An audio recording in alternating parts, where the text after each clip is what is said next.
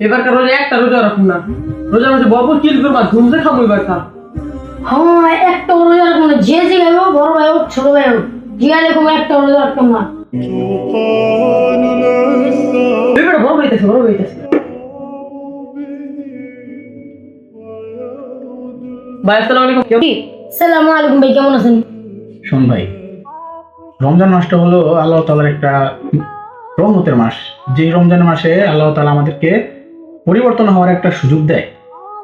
ঠিক আছে, অনেক মানুষ আছে সারা বছর অনেক কিছু করে, ঠিক আছে, আল্লাহ তাআলা তার রমজানে হেদায়েত লেখা রাখে। সে রমজানে নামাজ কালাম পড়া দেখা গেছে এক মাসের ভিতরে সে আল্লাহ আল্লাহ হয়ে যায়। ঠিক আছে, তো এই কথাটা এই কারণে বলা যে সারা বছর যাই করছস, শুনতেছ, সারা বছর যাই করছস এখন আল্লাহর প্রতি ফিরায়। ঠিক আছে, নামাজ রোজা কর, রোজা প্রত্যেক দিন একটা রোজা ভাঙবি না, ঠিক আছে, রোজা রাখবি।